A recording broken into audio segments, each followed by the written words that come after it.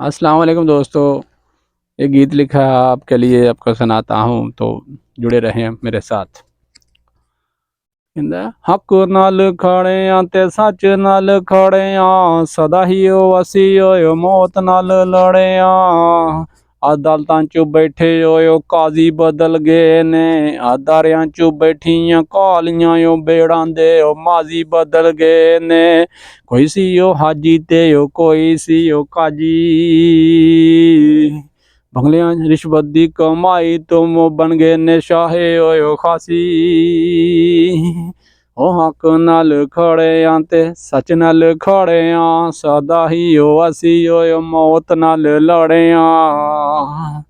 ਅਦਾਲਤਾਂ 'ਚ ਬੈਠੇ ਓਏ ਕਾਜ਼ੀ ਬਦਲ ਗਏ ਨੇ, ਅਦਾਰਿਆਂ 'ਚ ਬੈਠੀਆਂ ਕਾਲੀਆਂ ਓ ਬੇੜਾਂ ਦੇ ਓ ਮਾਜ਼ੀ ਬਦਲ ਗਏ ਨੇ, ਓ ਮਾਜ਼ੀ ਬਦਲ ਗਏ ਨੇ।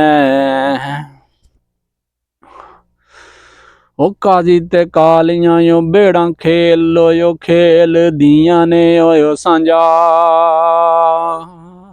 ਉਹ ਰਿਸ਼ਵਤ ਦੀ ਕਮਾਈ ਨੂੰ ਮਾਰਦੇ ਨੇ ਮਾਂਜਾ ਓਏ ਸਾਂਝਾ। ਉਹ ਗਰੀਬਾਂ ਦੀ ਕਮਾਈ ਨੂੰ ਮਾਰਦੇ ਨੇ ਮਾਂਜਾ ਓਏ ਸਾਂਝਾ। ਹੱਕ ਨਾਲ ਖੜਿਆਂ ਤੇ ਸੱਚ ਨਾਲ ਖੜਿਆਂ, ਸਦਾ ਹੀ ਉਹ ਅਸੀਂ ਓਏ ਮੌਤ ਨਾਲ ਲੜਿਆਂ। ਸਦਾ ਹੀ ਉਹ ਅਸੀਂ ਓਏ ਮੌਤ ਨਾਲ ਲੜਿਆਂ।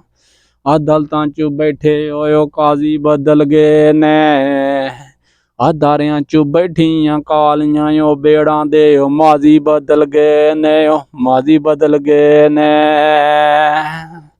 ਉਹ ਨਸਲਾਂ ਤੇ ਇਹਨਾਂ ਨੂੰ ਹੁੰਦਾ ਨਹੀਂ ਇਤਬਾਰ, ਉਹ ਨਸਲਾਂ ਦੀ ਤਰਬੀਅਤ ਤੇ ਇਹਨਾਂ ਨੂੰ ਹੁੰਦਾ ਨਹੀਂ ਇਤਬਾਰ।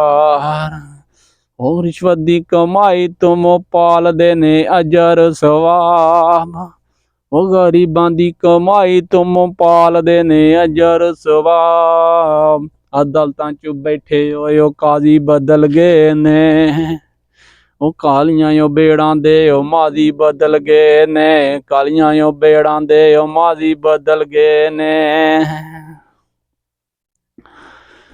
ਉਹ ਹੱਕ ਨਾਲ ਖੜਿਆਂ ਤੇ ਸੱਚ ਨਾਲ ਖੜਿਆਂ, ਸਦਾ ही ਉਹ ਅਸੀਂ ਓਏ मौत ਨਾਲ लड़ियाँ। तो दोस्तों ये गीत जस्ट ए फन है, किसी को टारगेट नहीं किया जा रहा इस गीत में।